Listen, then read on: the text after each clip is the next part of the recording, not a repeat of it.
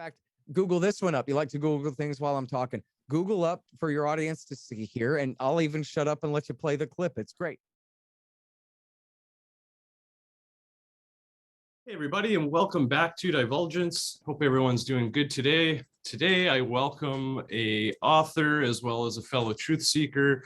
He is the author of a handful of books, including Fool's Errand about the war on terror. He also has the book called The Great Ron Paul. On top of the many other things that he does, he is also the director of the Libertarian Institute. He is the editorial director of antiwar.com, and he is the host of Anti-War Radio on Pacifica 90.7 FM. Very, very excited today to welcome my next guest, Scott Horton. Hey, Scott, how are you, man? I'm doing great. Thanks for having me. No, thank you so much for coming. So I brought Scott in to talk about another one of his books. It's called Enough Already, Time to End the War on Terrorism. I know it's another subject that's popping back up in the news lately, especially with Afghanistan and whatnot. So, I mean, I'm sure there's many reasons to do so, but why don't you just start off by telling us why you wrote the book, what got you into it, and we can start from there, Scott. Like quite a few other people in the 1990s, I saw the war on terrorism coming.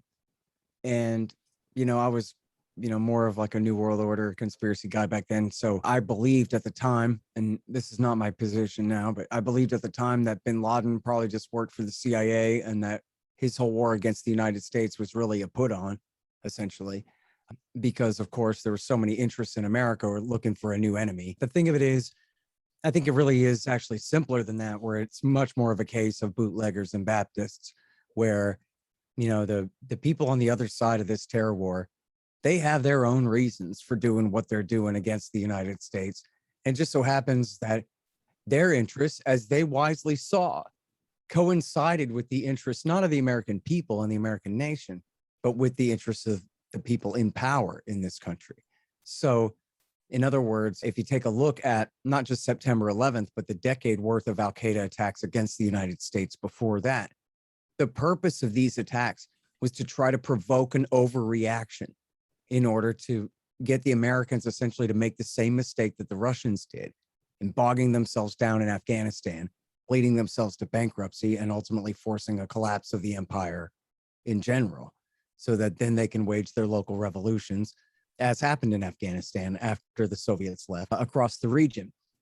And so, a lot of times people who are a little more sophisticated about these things object to that thesis because it sounds like I'm letting W. Bush off the hook as just stupid, as, simply a mark and a fool. But the reason he was such a perfect mark is because of what a cynic he was. And the problem is, and I think that a lot of 9/11 trutherism really traces back to this as well on the kind of anti-side, is that from the very beginning, our government lied and conflated bin Laden with the Taliban.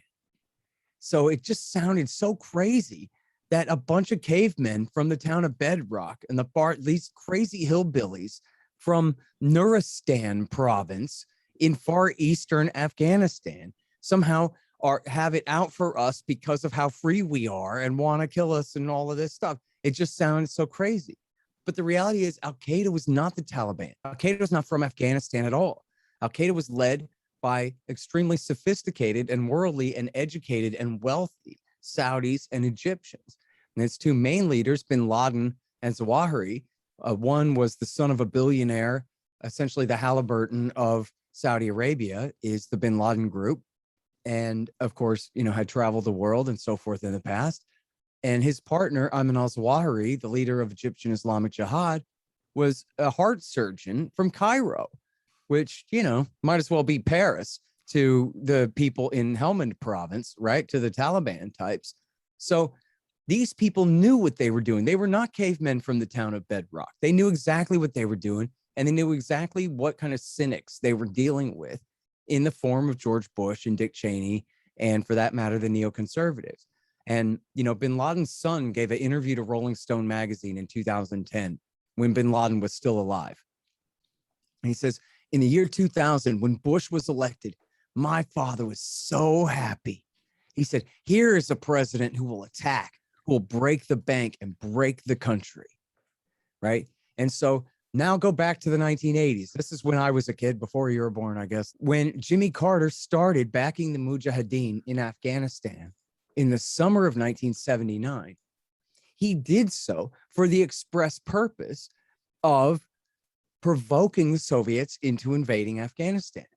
And then as soon as the Soviets did invade Afghanistan, Christmas of 1979, they said, now this is our opportunity to give the Soviets their own Vietnam.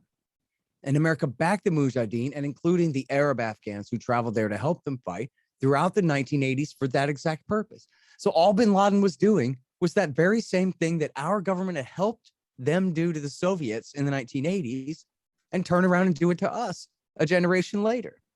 And his son, in that interview, he says in Bill Clinton's time, when he just fired cruise missiles at the training camps to essentially know, he compared that to now. He said, well, now you've invaded Afghanistan. You've ruled it for 10 years. You've wasted all these billions of dollars, and you still don't have them, because they didn't kill him for another year after that.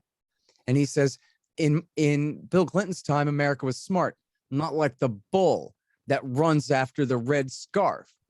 Okay. Now, bin Laden's son Omar is not this extremely intelligent and sophisticated guy who made up this propaganda himself to explain his father's actions.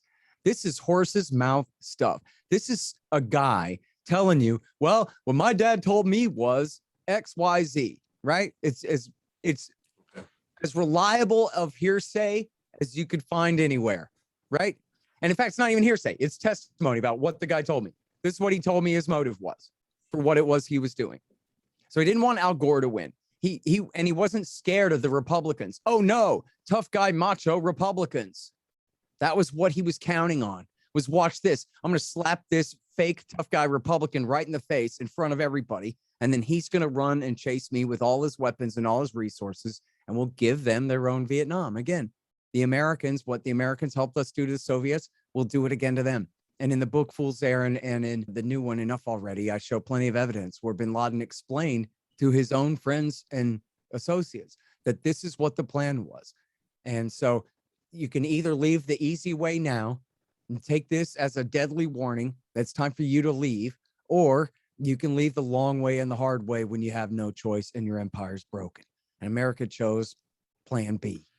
And as bin Laden said in his 2004 speech, he said, you know, I forgot the exact phrasing, but something very close to, because he's addressing the American people at large. And he's saying, there's no one who benefits from this except for me and a few politically connected corporations in your country, right? Not even the capitalists, but just some. Yeah. The arms manufacturers who are closest to the government, the banks who are closest to the government, they benefit, not you, he said. And he's 100% right about that. So again, it's just like the bootleggers and the Baptists, where the bin Ladenites have every reason to pick a fight with the American superpower and portray themselves as the great defenders and leaders of the Wolverine rebellion against the evil empire. And then the Americans have every incentive to play up the bin Ladenite threat and say, oh no, as George W. Bush said, there's Al-Qaeda fighters in 60 countries around the world. We might invade you next, on the basis of this completely fake premise. So it's worked great for them. Now, here's the big rub, is the American empire's real enemy in the region is not the bin Ladenites. The bin Ladenites, again, are mainly from Saudi Arabia and Egypt. These are two countries that are very friendly with the United States. Our government owns their governments, right? That's why these radicals from those countries hate us so much. But so who are the American government's enemies in the region? Iran, Iraq, and Syria. 3 countries that have nothing to do with this bin Ladenite movement, other than part of what Al-Qaeda was doing was avenging the deaths of Iraqis in the 1990s being killed from bases in Saudi Arabia during the no-fly zone bombings and the blockade there. But so what happens, though, is the Americans, as you've noticed, use bin Ladenite terrorism against the American people as kind of a big bait and switch. And they say, well, as long as you're upset, we want to go after Saddam Hussein, and we want to go after Muammar Gaddafi, and we want to go after Bashar al-Assad, and we really want to go after the Ayatollah Khamenei in Iran. Well, but these people are all the deadly enemies of Al-Qaeda. Saddam, Gaddafi, Assad, and the Ayatollah. These are not Al-Qaeda's allies. These people are all, in fact, terrified of bin Ladenite violence, or they were before America killed them. in the case of Saddam and Gaddafi there. But what happened was in George W. Bush's Iraq War II in 2003 through 2011, what they really did, I mean, it was a deliberate invasion, but the results is not what they were going for. The results were that they handed the country over to Iran's best friends on the Shiite side of the ledger. Iran, which in the revolution of 1979 declared themselves independent from the United States, stuck their thumb in Uncle Sam's eye and called us the great Satan and burned the flag and all of that. So the American government hates Iran. The last thing in the world they wanted to do was empower Iran, but that's exactly what they did with Iraq War II. So now, since then, they've tilted back toward the bin Ladenites, back toward the radical Sunni terrorist movement, the very far fringe of the Sunni side in these suicide bomber legions. And they use them in Libya, which is not against the Shiites, but just the Saudis hated Gaddafi and wanted to take their chance to get rid of him in 2011. But especially, why did they push this war in Syria? This dirty war where they backed Al-Qaeda suicide bomber terrorists against the secular Assad regime there from 2011, really through, 2017. Why did they do that? They did that because Assad was, as the neocon hawks put it, he was the keystone in the arc of power from Iran, now including Iraq, Syria, and leading to Hezbollah in southern Lebanon, the Shiite militia that's opposed to Israel. So this is one of the reasons they wanted to attack Iraq. They thought it would give Jordan influence over Iraq, and then they would use their influence to make the Shiite clergy in Iraq force Hezbollah to be friends with Israel and stop being friends with Iran, which is completely stupid and crazy, but that's why they did it. So instead, that backfired. They made Iran even more powerful and just added Iraq to Iran's side of the ledger.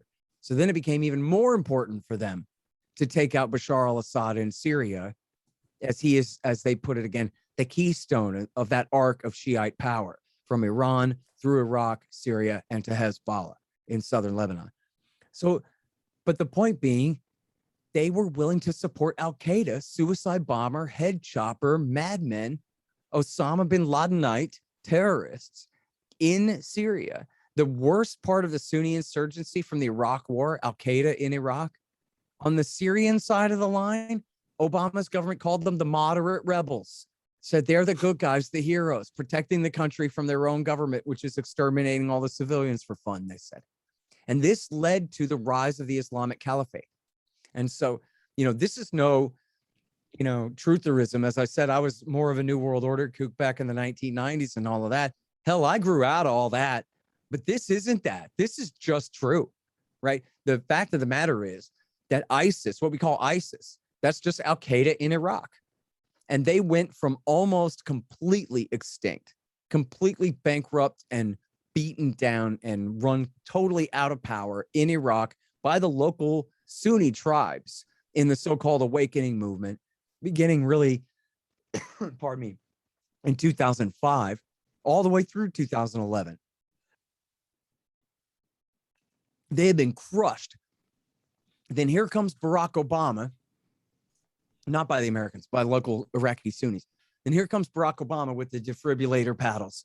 And he brings them right back to life again and gives them a new job, puts them to work fighting against the Shiite side in Syria. That is, in fact, what led directly to the rise of the Islamic Caliphate. Just like Donald Trump used to accuse in the campaign, said Hillary Clinton and Barack Obama, they gave birth to ISIS. They created ISIS. That wasn't just blowing smoke. That was true. And what he was doing was he was parroting his national security advisor, Michael Flynn, who was telling him that and who was right about that. And in fact, Flynn had been the head of the DIA. And here's the guy who hates Iran. He's a total kook on Iran. He even co-wrote a book with Michael Ledeen, the neocon fanatic, about how Iran is the center of all evil in the world. But still, Obama wanted him to back Al-Qaeda in Syria just to spite Iran? Nah, I don't think so.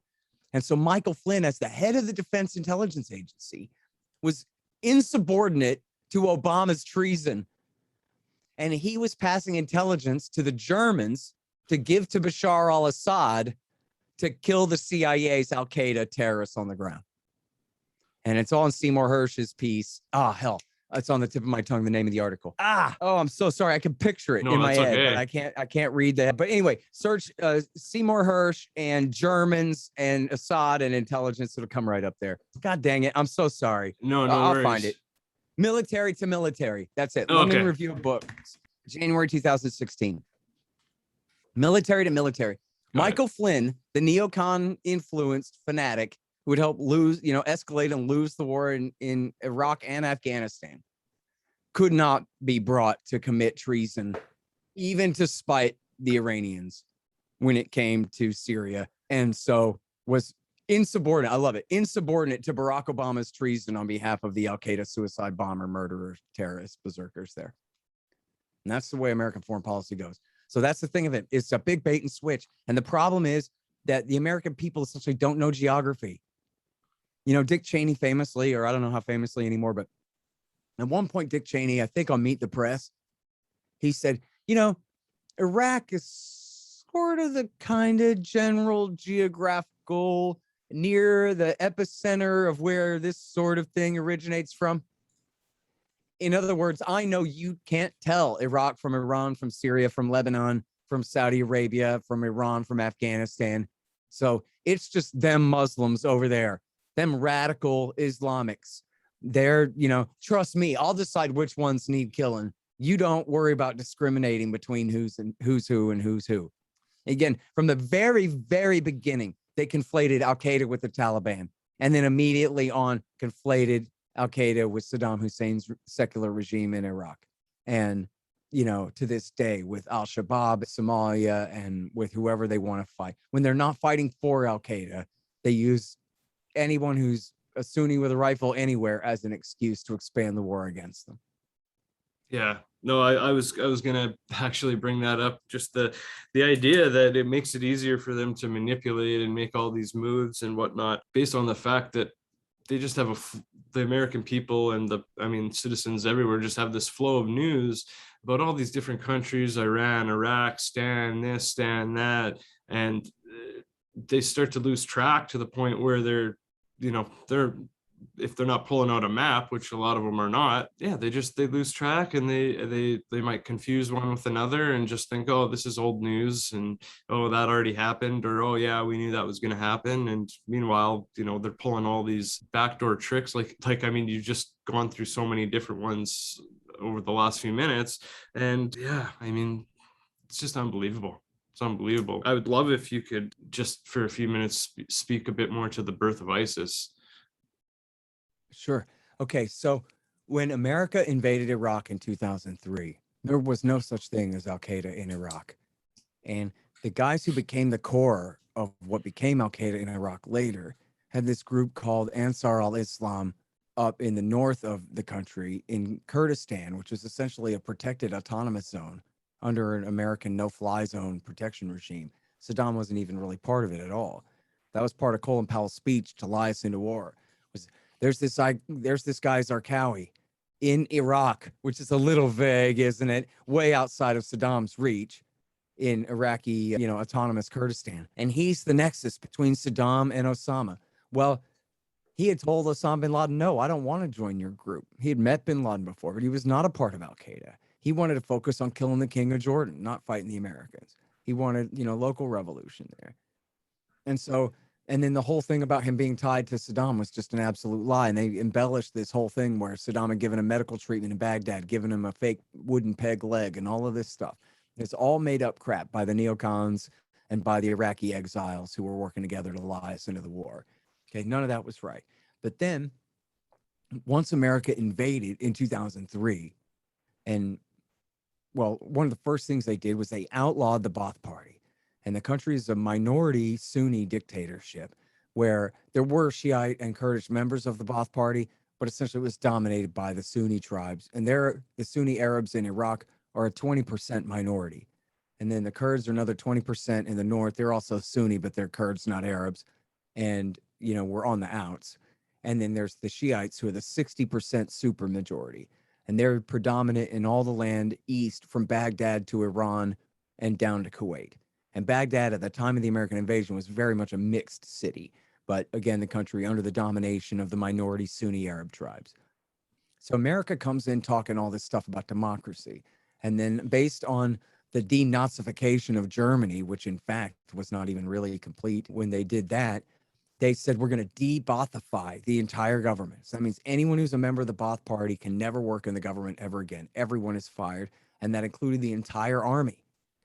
And the thing is, I don't know what choice they had other than leave, but presuming that they had to stay, this is the corner that they had painted themselves into, was if they weren't going to abolish the Iraqi army, they were going to have to back it in another war to crush the Shiite supermajority and keep them in line and under the rule of the current regime, but just with the next mustache in line, but otherwise hold the status quo.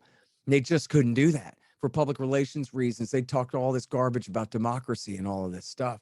And so when it came down to it was in January of 2004. So 3/4 of a year into the war, that the Ayatollah Ali al-Sistani, the Shiite leader from Najaf, said, hey, listen, if you believe in God, I want you to go outside and demand one man, one vote. And so every Shiite in Iraq did that. And women too. You get to vote too. Everybody go outside and tell George Bush, you want to start this war over again against the supermajority who happily stood aside and watched and cheered as you got rid of Saddam for them? Or do you not want to do that? And so W. Bush, of course, blinked. He had no choice. So then these were the people who wrote the new Constitution. And 1 year later, about 6 months later, in the fall of 2004, and then 6 months after that, in January of 2005, they're the ones who won the big purple fingered election. Now, this whole time, there's kind of the beginnings of an anti-American insurgency and a nationalist insurgency against us. But now it becomes very clear that the supermajority Shiite factions are coming to power. And so the Sunnis then, and with American help, not just are they the supermajority and friends with Iran next door, but they're backed by the American Army and Marine Corps. And because the insurgency already is being led by former members of the government and military men in the Baath Party and so forth, the Americans side with the Shiite militias to hunt them down and murder them in these death squads. And so this is the origin of the sectarian civil war in Iraq. As I was telling you earlier, America sort of in a stupid, blundery way, accomplishing the exact opposite of their goals, essentially took Iran's side and put Iran's favored factions in power in Baghdad. Well, in that whole process of doing so, they pushed the Sunnis into a radical insurgency against the United States and their new Shiite allies. And that also meant pushing them into the arms of Al-Qaeda in Iraq. And, you know, I was so busy interviewing people today, I didn't get a chance to fight back in this Twitter thread going on right now, where I accused Dan Crenshaw of always siding with Al-Qaeda, because he sided with Al-Qaeda in, you know, the congressman from Texas here, as he sided with Al-Qaeda in Syria and in Yemen. And somebody said, don't you know he fought against Al-Qaeda? And I was like, really? That doesn't sound right. So I went and looked at his record, and I think he said he was a Navy SEAL, something, I guess, and he's fighting in Fallujah, win in 2004. So in other words, he's helping give birth to Al-Qaeda in Iraq. He's not fighting against Al-Qaeda in Iraq. He's fighting against local Iraqi Sunni insurgents. And in Fallujah in 2004, whether it's spring or fall of 2004, and the two major assaults there, either way, what he was doing was he was creating a massive Remember the Alamo type battle cry for the Sunni insurgency to rally not just around what happened in Fallujah, but to rally around those that the Americans claimed were the leaders of the insurgency, the Al-Qaeda in Iraq terrorists. And it wasn't until after, check my facts, you can look it up, wasn't until after the second battle of Fallujah in the fall of 2004 that Zarqawi finally declared his loyalty to bin Laden. A year and a half into the war, after Dan Crenshaw, whether Dan Crenshaw went to Fallujah 1 or Fallujah 2 with the Marines there, either way, it was after the second battle of Fallujah in the fall of 2004 that they finally joined Al-Qaeda in Iraq, or, you know, declared loyalty to Al-Qaeda and bin Laden's goals. And then, you know, this essentially was the group that led the worst part of the Sunni insurgency, the vanguard of the Sunni insurgency, where particularly they were the ones who ran the foreigners, Saudis and Libyans and Syrians and others who came to fight in the war, just like in Afghanistan against the Soviets in the 80s. they're all coming to Iraq in the 2000s to fight against the Americans. And it was the bin Ladenites, were the corrallers and leaders of the so-called foreign fighters, the terrorists at that time. And who would deliberately target not just American troops, but also would target Shiite civilians in massive, terrorist campaigns against civilians in order to what? Provoke overreaction on the part of the Shiites, that then they would ruthlessly punish Sunni civilians, and that would drive those Sunni civilians into the arms of the bin Ladenites. It's all about the reaction. It's the whole point of this terrorism, right? And the problem is the bin Ladenites were really bad at math. The reality was the Shiites had them outnumbered 2-1, and they had no prayer, even with these suicide attacks. In fact, the suicide attacks, I'm sure, were counterproductive in exactly provoking the reaction they were trying to provoke, but way too much so. And so the Shiites, with American help, of course, succeeded in cleansing them from Baghdad and pushing them out. Now, in 2006, Zalmay Khalilzad and Elliot Abrams and some of the other neoconservative ringleaders come to W. Bush, and they say, listen, we've really screwed up here, boss. Sorry to admit it, but we've really put Iran's best friends in power here, the Dawa Party and the Supreme Islamic Council, and they're friends with these Shiite militias. And now that we've done that, we've got to fix it. What are we going to do? In fact, Khalilzad, it's in the WikiLeaks, thanks to Julian Assange, rotting in solitary confinement right now at Biden's behest. Now, we know Khalilzad went and talked to the Saudi king, and the Saudi king said, it used to be us and you and Iraq against Iran, as in the 1980s policy, right?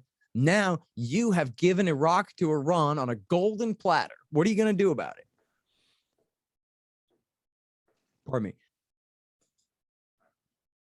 And so Khalilzad says, oh, I'm so sorry, Your Majesty. Whatever you say, we'll fix it.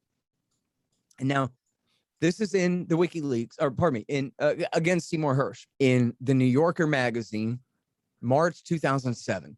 The piece is called The Redirection. And this is all important, okay? It sounds like I'm in the weeds and this is boring, but this is really exciting stuff, because here's what happens. The neocons say to Bush, we screwed up. We're in the middle of winning a civil war for the Shiite side, for Iran's friends. And now we got to make it up to our Sunni kings and their friends, our real alliance of power in the region on the Arabian Peninsula, the Turks, and including the Jordanians and the Israelis and the Kuwaitis. And so we got to make it up to them how badly we've screwed this up. Again, the Saudi king reaming, you've given Iraq to Iran on a golden platter. Now, what are you going to do about it? So the Redirection is the best one, but there's a whole series from 2007 from Hersh, preparing the battlefield and the coming wars. And I think there's one more too. And all these talk about how they decided they would start backing the bin.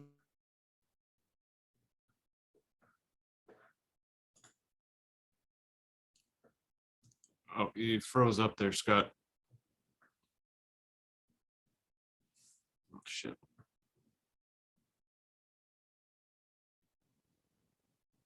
Oh, there you are. You froze Wait, at they started backing the bin Laden family. Yeah, or not the bin Laden family, but the bin Ladenites, the Al-Qaeda type terrorists. So they backed them. They backed Fatah al-Islam, and I forgot the name of the other group in Lebanon, to try to get at Hezbollah there. And then guess what? It was Liz Cheney, current representative from Wyoming, who was then working in the State Department, who started backing the Syrian National Council that was made up primarily members of the Muslim Brotherhood, to try to take power, to be the government in exile, to take over Syria. And then they also, this is at the same time that they started tilting toward the Sunnis in Iraq, although too late to really give them any leverage, in the so-called awakening movement and Sunni turn of 2007, where they really were, Cheney and his men were trying to take the fight to Iran, which luckily it didn't go that far, but it was too late for that. And then they also started backing this group called Jandala, along with the Israelis as well, backing a group called Jandala in Iran, who were, again, bin Ladenite, suicide bombing, head chopping, murderer, terrorist crazies. And they did all of this essentially to make up for their giant mistake of putting Iran's best Shiite friends in power in Baghdad. So now, you fast forward again, as I mentioned, the Saudis want to get rid of Gaddafi anyway. They just hated him because he always made fun of them for selling out the Palestinians and wearing dresses like women, he said, and this kind of stuff. So they had, and apparently he had screwed them over on some oil deals or some kind of thing like that as well. And they had a grudge against him. But But more importantly, they took terrorists from the war in Libya. Again, these are guys who had fought in Iraq War II against the Americans. They'd just come home from Iraq War II. We still had troops in Iraq till the end of 2011. The war wasn't even over yet. But as soon as the Arab Spring broke out, America took the side of the bin Ladenite veterans of Iraq War II in Libya. And then they took them and their weapons and Gaddafi's stolen weapons and sent all of them on to the next regime change in Syria. So now, if you listen to the propaganda, they said, well, America's trying to back a bunch of moderate rebels in Syria. Oh, they're a bunch of doctors and lawyers and pharmacists and farmers, and they all just want to create a new, wonderful, progressive, democratic society there. But that just wasn't true. And from the very beginning of the uprising there were some elements involved, not all involved, because it was a widespread protest movement at first. But there were some elements involved from the very beginning who were murdering cops and soldiers at these protests. And then, of course, successfully provoking an overreaction on the part of the regime, which clamped down terribly and did kill innocent civilians and allegedly tortured some children who had painted some anti-Assad propaganda and all this. And so that's a bad way to deal with protesters. That'll radicalize an uprising even worse. But then here comes Al-Qaeda in Iraq, almost dead from the Sunni turn, where America allied with the Sunni Arab tribes who essentially betrayed their allies in Al-Qaeda and killed them all the foreign fighter bin Ladenite terrorist types, and then marginalized them almost completely off the face of the earth for us. It was something that America tried to do and failed, had done nothing but build them higher and higher in opposition to us all that time. And then it was the local Iraqi Sunnis who said these guys are more trouble when than they're worth, enough, and kill them. And here comes Obama and saves them. Obama gives them a brand new battlefield to go right back to war again on the other side of the line. And so at antiwar.com, I was interviewing Jason Ditz, our news editor there, in 2011 and 12, and we're joking about how we're doing drone strikes in Iraq still. We still have special operations forces and CIA, and they're in Iraq, and they're still doing drone strikes against the very last remnants of Al-Qaeda in Iraq. And we're joking that, yeah, but what they're doing is they're shooting at their heels because they're chasing them across the border into Syria, where everybody knows they're the good guys, the moderate rebels, and we love them. And so this is, again, by the beginning of 2012, Hillary Clinton is on CBS News and says, well, we know Zawahiri, the leader of Al-Qaeda, has endorsed the revolution in Syria. Are we supporting Al-Qaeda in Syria? And this is 3 days after her meeting with the Friends of Syria, the Syrian National Council, who are supposed to be the new regime replacement that we're going to parachute in there when we overthrow the government. This is 3 days after that. This is February 28th or 27th, I think 28th, 2012. And she says, when we look for moderate forces to take over the country, a good representative regime that could replace the Baathists, we don't see that.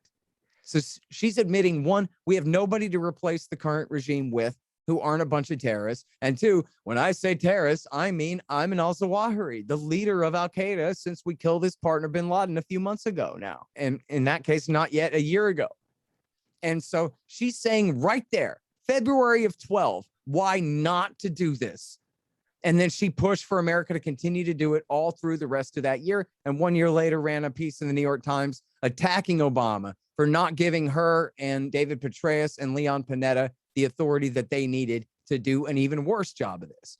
Now, they would argue that no. See, we're just trying to back the moderates to spite the extremists. And if only Obama had done more to help the moderates, then the extremists wouldn't have done so well.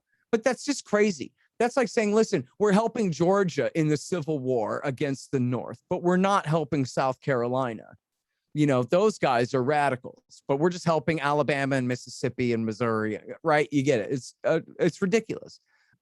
And so the Al-Qaeda guys led. They were the worst guys and the most effective fighters and the leaders on the ground in that uprising from 2011 through 12 and 13.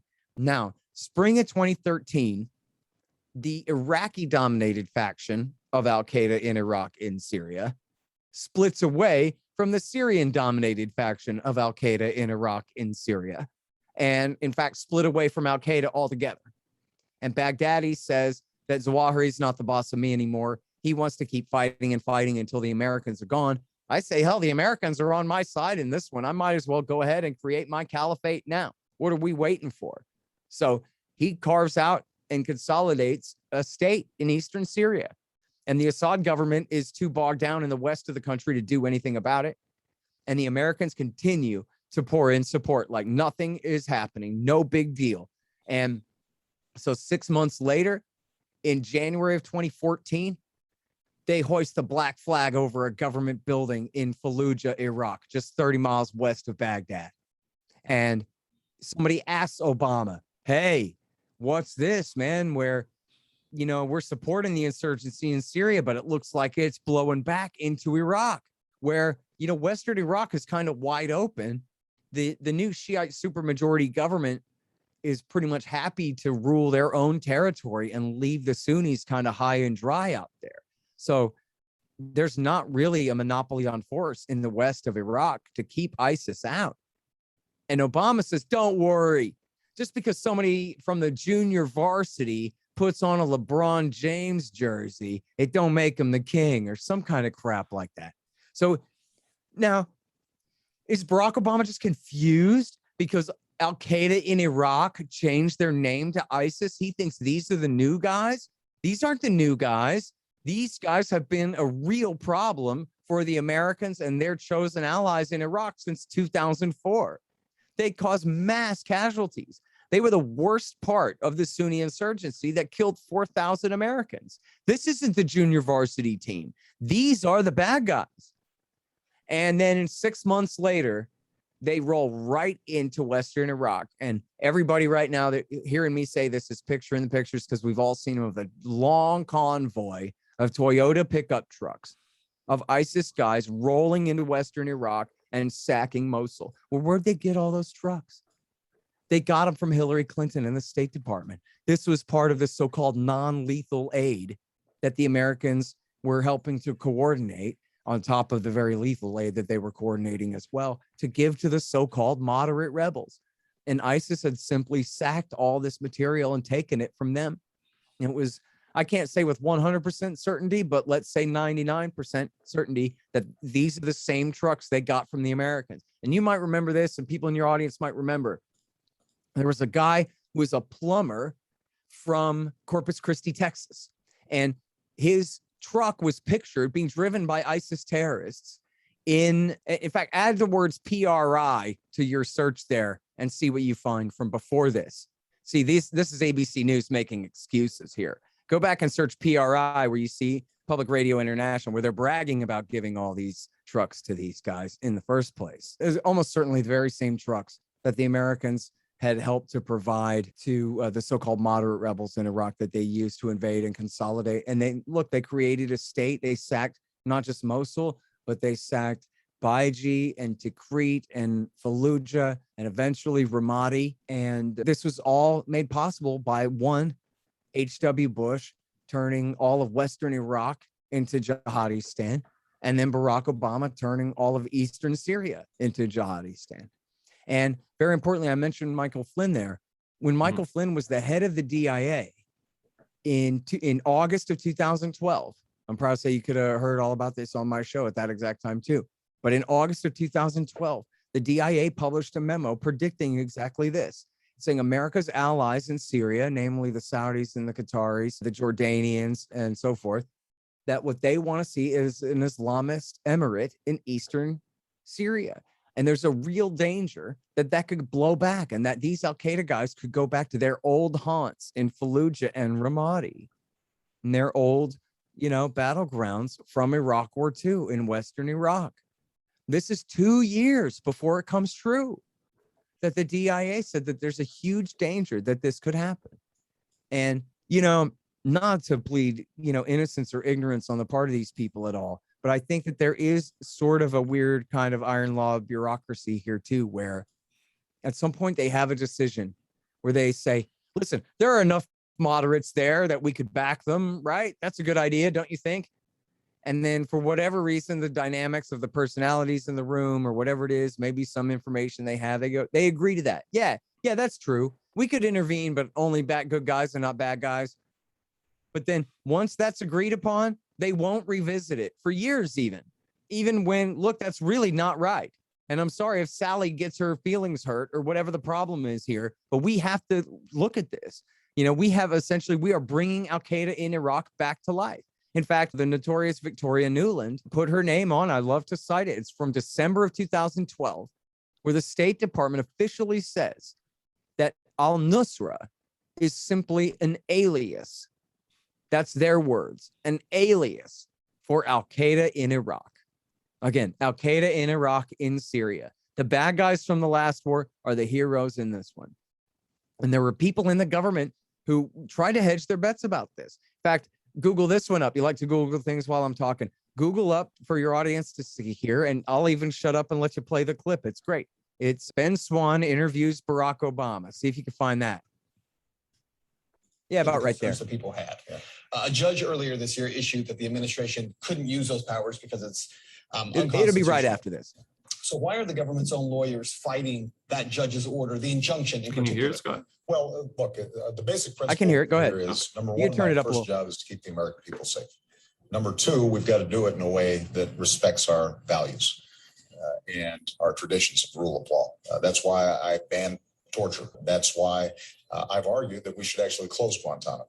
But I've also said that, you know, we've got some bad guys who are down there who we may not be able to try in a traditional court, but have pledged to try to hurt Americans. And so that's something that we inherited, that we're dealing with, and it's complicated. On the other hand, what I also said was a U.S. citizen can never be subject to that kind of detention. Congress disagreed with me, and I didn't want us to not be able to finance our military and pay our soldiers and our troops. So I signed the bill, but what I also said was, look, that I'm never going to use this power. And, you know, what I would suspect is that. But hang on, though. It's right after this. You'll love it. The courts are going to agree with us over the long term that that is not something that you can use when it comes to U.S. citizens. Well, let me ask you then also about the so-called presidential kill list that's gotten a lot of attention, and this list of folks who have been targeted for assassination. Right. And on that list have been U.S. citizens who have not been afforded trial, including Anwar. Okay, it's right after this is what I meant. How do you, as president or any president for that matter, regardless of party or person, utilize that power to assassinate even U.S. citizens? Well, first of all, you're basing this on reports in the news that have never been confirmed by me, and I don't talk about our national security decisions in that way. More broadly, though, consistent with the laws of war, with international law, that's something we've always abided by. 9 years ago, we're leaving Afghanistan. On something as specific as what you just mentioned. Can you comment on, you mentioned about Al-Qaeda during your speech, going after Al-Qaeda in Afghanistan, certainly going after them in Yemen as well. Yeah. And yet there's some concern about the U.S. funding the Syrian opposition when there are a lot of reports that Al-Qaeda is kind of heading up that opposition. How do you justify the two? Well, I share that concern. And so what we've done is to say we will provide non-lethal assistance to Syrian opposition leadership that are committed to a political transition, committed to an observance of human rights. We're not going to just dive in and get involved with a civil war that, in fact, involves some elements of people who are genuinely trying to get a better life, but also involve some folks who would, over the long term, do the United States harm. So Syria is a tough situation, but this is an example of a broader foreign policy that I've tried to implement that is practical, that applies common sense. So that's it. That says we can't. So he's essentially conceding the point right there. He's saying, you're right, Ben. He starts nodding immediately. That's right, Ben Swann, that the uprising in Syria does contain elements of Al-Qaeda guys, people who would do us harm. So that's why we're only giving them non-lethal aid, which meanwhile, we know that the CIA was coordinating all the aid all throughout the region, and especially from under David Petraeus from Libya into Syria. And then as soon as after the Benghazi crisis of 2012, they doubled down on bringing in arms from former Soviet bloc countries in Eastern Europe, Bulgaria, and other countries there. And the Saudis, the Qataris, the Jordanians, the Turks, and the Israelis were in on it all along, and everybody knows it. Barack Obama, there he is admitting it. He's saying essentially, look, Ben, that's why I'm not carpet bombing Damascus right now, because we would have the equivalent of Osama bin Laden take over that country. So that's why I'm essentially doing a half-assed job of supporting this terrorist insurrection rather than a full-assed one like I just finished doing in Libya for the same type of people. Because essentially he was afraid of what might happen. But then what happened? He kept doing it anyway. Not enough to all the way succeed in overthrowing Assad in the West, but enough to succeed in creating an Islamic state in the East. And then not only that, into the further East, the west of Iraq, and create the entire Islamo-fascist caliphate, ridiculous thing where this guy, Baghdadi, got to declare himself the Caliph Ibrahim, the divinely ordained Islamist ruler, you know, and all of this stuff. And they just made all of that possible. And again, it wasn't because Barack Obama was a secret Muslim from Kenya. It's because he's a Zionist. It's because he's George W. Bush in blackface. And he's up there accomplishing the same, essentially, mission of his predecessor, trying to make up for the worst mistake of his predecessor by trying to block this Iran, Iraq, Syria, Hezbollah alliance. And so there you have it. I mean, 20 years of this, and we have the American people have gained nothing. We've lost about $10 trillion and, you know, uncountable opportunity costs and everything else like that. And of course, you know, 7,000 killed. And if you count now 30,000 something suicides of American combat vets of Iraq and Afghanistan, 37,000 dead, tens and tens and tens of thousands, many of them, you know, beyond recovery. And the entire Middle East destabilized. And America's strategic rivals, Iran, empowered by 1,000%. And the American people's actual enemies, these bin Ladenite terrorists that our government helped create in the first place, provoked and turned against us, refused to protect us from, and then turn around and hire again and work with and exploit for their own ends again, have spread throughout the region. The only country where they're not right now is Afghanistan, you know, and Iran, which is able to keep their borders mostly secure here. But they've gone to spread bin Ladenite influence, you know, throughout the Levant, throughout Mesopotamia, the Levant, and into North Africa. And they've written a writ, at least for the special operations forces, to continue to follow these guys, to fight them where they will or back them where they will for another generation, if they have their way. And just take a look.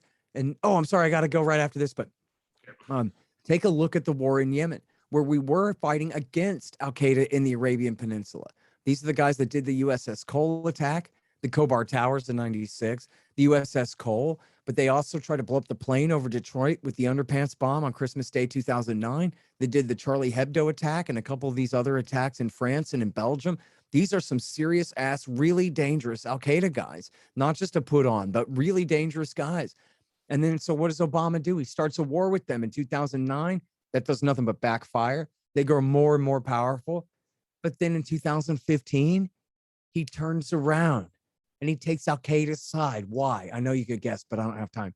It's because a group of Shiites who are friends with Iran took over the capital city, the Houthis.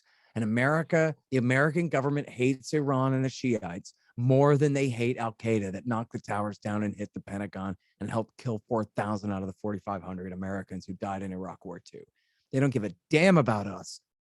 They care more about Israel and more about Saudi Arabia and what they want than the interests of the American people whatsoever. And so for the last almost 7 years now, America's been fighting a war with Saudi, UAE, and AQAP, Al-Qaeda in the Arabian Peninsula, the USS Cole bombers, against their enemies, the Houthis, simply because they hate Iran more. Not that the Houthis have ever threatened the American people in any way whatsoever, or even threatened American interests in any way whatsoever. The whole thing is as corrupt as it could be. If this was, you know, American war propaganda against the evil Ayatollahs in Iran, or the evil Vladimir Putin, or the evil Xi Jinping, or whoever, Xi Jinping, whoever our government's official enemies are, you couldn't paint them as being as corrupt and cruel and dishonest and frankly evil as the American government has been in the last 20 years in the name of fighting a war on terrorism. That's a mess that they created in the first place, and that they're willing to turn right around and take the enemy's side at the drop of a hat if they think it suits them. So there you go. And that's the story in enough already. Right on. Thank you so much, Scott Horton. Your book, Enough Already, is available on Amazon. Do you have a place where you prefer people to? No, whatever's good. Just go to libertarianinstitute.org/enough already, or I guess it's enoughalreadybook.net, and it'll forward you on if anybody doesn't like Amazon, which is understandable. Okay. It's available at all different places. So if you just look at libertarianinstitute.org, we have links to Sounds all the good. different books there. And check out antiwar.com. Quickly, is there a place where I can get buy a signed copy of any of your books? Absolutely can. Go to libertarianinstitute.org/donate. Awesome. Sweet. Right on, guys. Scott Horton. Scott, thank you so much. I sure hope we can talk again, but I know you got a blast. So we'll leave it at that. Enjoy the rest of your evening and be well, my friend. Okay. Thank you. You too. And thank you very much for having me, Jordan. Appreciate it. No, thank you, Scott. All the best, my friend. Take care.